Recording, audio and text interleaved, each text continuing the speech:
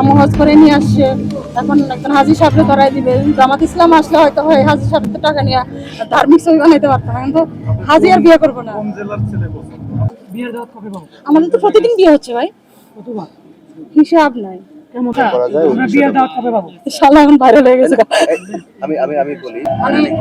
আমি হজ করে নাচানাচি করতেছি, এই কেমন কথা? এজন্য আজকে বোরখা টোরখা রেখে ধার্মিক নায়িকা হজ করে আসে নাচানাচি করতেছি, কিন্তু না, আমি হজ করছি 2 বছর আগে, আর ওই ভিডিও হচ্ছে 3 বছর আগে। যেসব লোকজনরা বলেন হজ করে আসে নাচানাচি করতেছে, আপনাদের উদ্দেশ্যে বলবো, একটা মানুষ যদি ভালো হতে চায়, খারাপ না, ভালোই খারাপ না, আমার কথাতে প্রমাণ খারাপ হয়, তাই না? তো আমার মা আমাকে জেল করে নিয়ে আসছে সব অফ করে দেওয়ার জন্য। মানুষ আমাকে বলতেছে আমার এই শাড়িটা পরা, একটা শাড়ি পরানো আমি 200 ভিডিও দেখছি অনলাইনে। কি করে সম্ভব হয়? একটা আমার কি ড্রেসের অভাব? আমার 1000-এর উপরে শাড়ি আছে, আর আমি কেন বারবার এই শাড়িটা পরে সাক্ষাৎকার দিতে যাবো আপনাদের বলেন? এখন এই শাড়িটা আপনি পরে আমি আমাদের অনুষ্ঠানে সকালে প্রোগ্রাম ছিল, যেহেতু আমি প্রযোজক, আমি এটা আমার একটা অবস্থান আছে, এখানে আসি না, একটাই কারণ রাত করে আসি না। তো আমি ক্যামেরার সামনে যেহেতু আসাটাই একবারই নিষিদ্ধ, আমি টিভি চ্যানেলগুলোতেই যাই না, আর ইউটিউবে তো পরে কথা। তো আজকে এই শাড়িটা পরে আসি এই জন্য যে আপনারা দেখেন যে আমি এই শাড়িটা দিয়ে একদিনই তারা শুট করছিল।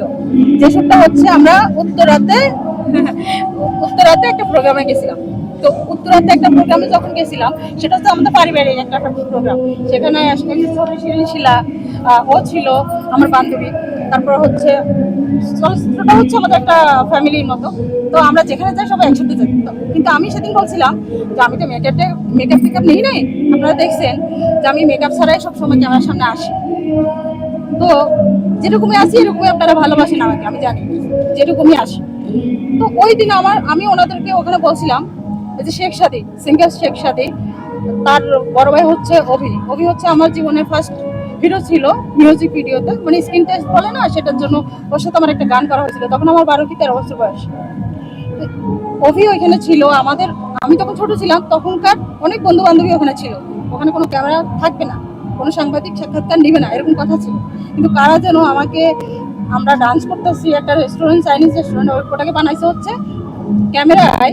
এখানে অনেক আছেন আপনারা, আমার শুভাকাঙ্ক্ষী যারা আছেন, সাংবাদিক ভাইয়েরা যারা ছিলেন, আমাকে অনেকেই অনেক ভালোবাসেন। ভালো না বাসলে আমি কিন্তু মানুষের 100টা ছবি রিলিজ করে যেরকম ভালোবাসা না পাইছে, আমার এক ছবিতে আমি এত ভালোবাসা পাইছি আপনাদের জন্য। আমি আপনাদেরকে খারাপ জানি না, কখনোই জানি না, আমি সবাইকে ভালোবাসি মানুষ হিসাবে। সে কি এমপি, সে কি মন্ত্রী, এই যে এফডিসিতে আজকে এতদিন পরে আসলাম, সবার সাথে হাই হ্যালো করলাম, আমার এই ক্যারেক্টারের জন্য আমাকে সবাই ভালোবাসে, পছন্দ করে। আমার দুঃখটা একটা, আমি হজ করে আসি, আসার পরেও আপনারা কিছু কিছু মানুষ আছে সেই 2-3 বছর আগের ভিডিওতে আবার জামাত ইসলাম কি তো সাধারণভাবে আপনাদের বোঝা উচিত, এটা আওয়ামী লীগ থাকাকালীন আমি কথাগুলো বলছি।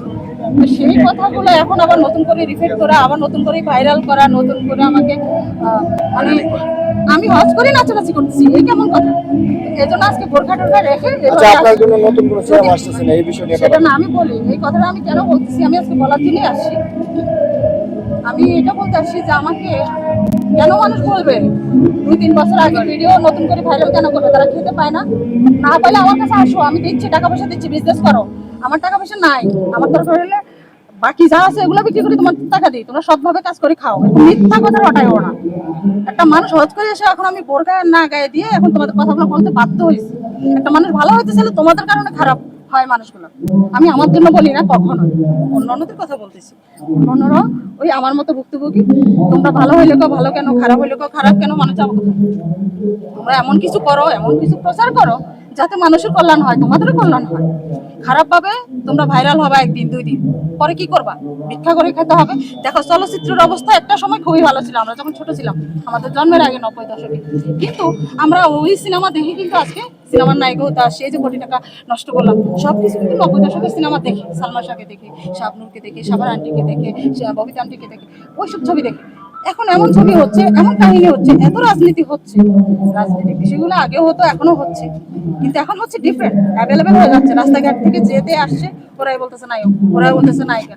অথচ আমাদের মতন যারা আছে, এই যে জীবন অনেক সুন্দর একটা ছেলে, আজ থেকে মানে আমি যখন ছোট ছিলাম অনেক, তখন থেকে ওটা দেখতেছি এত সুন্দর ছিল, ও এখনো এত সুন্দর।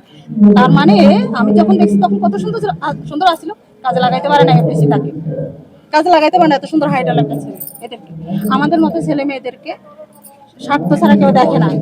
রিমন, সূর্য একজন সাংবাদিক, এখন হয়েছে, আগে হিরো হওয়ার জন্য আসছে, হতে পারে নাই, এখন সে সাংবাদিক। তো আমার কথা হচ্ছে, আমাদের স্বপ্ন, আমরা যারা এখানে আসি, টাকা পয়সা বাড়ি গাড়ি এরকম চিন্তা করে কিন্তু আসি নাই। আমরা আসছি জাস্ট একটু মনের একটা ক্ষুধা, আমরা শুটিং করবো, অভিনয় করবো, এটাই। কোনো নতুন মুভিতে দেখতে পাবো কিনা? হ্যাঁ হ্যাঁ, আমার 3টা মুভি সেন্সর হয়েছে, সামনে দেখতে পাবেন ইনশাল্লাহ। আমার মুভি রেডি করা, সব রিলিজ দিতে পারছি না টাকার জন্য। কোরবানিতে কি মুক্তি পাবে? না, কোরবানি দিতে পারবে না, টাকা হাতে হলে হবে, কারণ টাকা ছাড়া আমি তো চাপাবাজি করতে পারবো না, কারণ আমি যেটা করি, যেটা বলি সেটা করি। তো এখন আমার হাতে টাকা না, আমি পারতেছি না, তবে চেষ্টা করতেছি, আমার বিজনেস গুলো চালু হয়ে গেলে ইনশাল্লাহ শুরু করবো আবার। আপনি কি আসলে হজ করে এসে কি নাচানাচি করেন কিনা? কানের গোড়া একটা দেবো, এতক্ষণ ঠিক হয়েছিলাম। কষ্ট হয়ে গেলে প্রশ্ন এটা করা যাবে না, কারণ আচ্ছা হজম করে নাচতে যাবো কেন? এটার অ্যানসার বিষয়টা করা যায় ওই আমরা বিয়ের বিষয়টা। দাওয়াত কবে পাবো? শালা এখন ভাইরাল হয়ে গেছে। আমি আমি আমি বলি বিয়ের দাওয়াত কবে পাবো? আমাদের তো প্রতিদিন বিয়ে হচ্ছে ভাই, কতবার? হিসাব নাই। কেমন ছেলে পছন্দ আপনার? কেমন ছেলে? যাদের অনেক টাকা আছে, শুটিং করতে পারবে, সিনেমা বানাতে পারবে। তাই? হ্যাঁ। টাকা দিয়ে কি সুখ হবে? সুখ তো নাই এখন কারোরই। সুখ আছে রে? সুখ আছে নাই, কারো জীবনে সুখ নাই। কারো জীবনে সুখ নাই, সব চাপাবাজি করে। আমার আব্বু মারা গেছে, আব্বুর অনেক টাকা নষ্ট হয়ে গেছে। এখন আম্মু আছে, আম্মু হজ করে নিয়ে আসছে, এখন একজন হাজি সাহেবরে ধরাই দিবে। জামাত ইসলাম আসলে হয়তো হয় হাজি সাহেবের তো টাকা নিয়ে ধার্মিক ছবি বানাইতে পারতাম, কিন্তু হাজি আর বিয়ে করবো না। আমি বাংলাদেশের সব জেলার ছেলে পছন্দ করি, সব জেলা, সব জেলা। পরিকল্পনা আমার মতো অনেক কিছু ছিল, আমি অনেক কষ্ট করে অনেক কিছু নিজের মতো অর্জন করছি, সেই অর্জনটা আমি সবার কাছে বলে বেড়াবো না। বাট আমার যখন ইলেকশন হয়েছিল এফডিসিতে, তখন যদি আমাদের সুষ্ঠুভাবে আমাদের ইলেকশনটা হতো, তাহলে আমি কিছু একটা করতাম, যেটা এফডিসিতে অনেক বড় বড় মাথারা করতে পারে না। শুধু ইলেকশন হয়, ভোট হয়, কিন্তু কাজের কাজ কিছু হয় না। অনেক আর্টিস্ট আছে না খেয়ে, চিকিৎসার অভাবে মারা যাচ্ছে, কিন্তু তারা একটা সময় অনেক এই এফডিসির জন্য অনেক কিছু করছে, কিন্তু তাদের জন্য কিছু করা হয় না। সরকারি একটা জব করলে, এফডিসির অনেক আর্টিস্ট আছে, বয়স হয়ে গেছে, প্রবীণ, তাদেরকে সরকারে একটা লাস্টে একটা কিছু দিত, তাদের একটা উপকার হতো। কিন্তু আমাদের এখনকার অনেক মুরব্বী মানুষ আছে, গুরুজন আছে, অনেক সিনিয়র আর্টিস্ট আছে, যারা অনেক কষ্ট করতেছে, তাদের জন্য সরকারও কিছু করতেছে না, এফডিসি কিন্তু কিছু করতেছে না। এফডিসি তো অনেকের ঘর ভাড়া আমি দিছি, আমি রোজ অনেকের সংসার আমি চালাইছি, খেতে পায় না, কিন্তু ভাব ধরে একটা কিছু। আমার কথা হচ্ছে, আমার মতন সাদা মাঠা ভাবে, সাদাকে সাদা, কালোকে কালো বলো, তাহলে আল্লাহ দিবে, কেউ না দিলেও চেষ্টা করো, পরিশ্রম করো, আল্লাহ সাহায্য করবে। আমার জন্য কেউ কিছু করতে হবে না, আমি একাই যথেষ্ট। আমার যেসব পোলাপান আছে, ছেলেমেয়েরা আছে, নায়ক নায়িকারা আছে, আমরা জোট বেঁধে করলে অনেক কিছু করতে পারি। বাট আমার ফ্যামিলির অনেক টাকা নষ্ট হয়ে গেছে, সেজন্য আমি একটু সরে গেছি। আমার ফ্যামিলিকে একটু গোছানোর ব্যাপার ছিল, গোছাচ্ছি, পুরোটা পারি না, কিন্তু চেষ্টায় আছি। অনেকে মনে করে আমি কারোর জন্য কিছু করবো না, স্বার্থপর, ফ্যামিলির টাকা নষ্ট করে মনে অফ হয়ে গেছে, কিন্তু না, আমি অফ হয় না, আমি ঘুমাইতে পারি না। আজকে 4-5টা বছর আমার ঘুম হয় না, খাওয়া হয় না, শুধু সবার টেনশনে। অনেকে বলে তুই মাদার তেরে সহতে আসলি কেন, তোর চিন্তা তুই কর, কিন্তু বাঁচবো কাল ভাই। আচ্ছা ডাইরেক্ট করা বলবো না, ডাইরেক্ট বহুত বড় হয়েছে জীবন। সিএম ভাই কেমন? সিএম রে সাধারণ তোমাদের মতো লাগে, কিন্তু ডিরেক্টর যেভাবে করছে, যেভাবে গল্প হচ্ছে হিরো, মেকিং হচ্ছে হিরো। আমি কেন কাজ করি না? কারণ আমি কাজ করি না একটা কারণে, কারণ ব্যাটে বলে মিলছে না, সেজন্য আমি কাজ করছি না।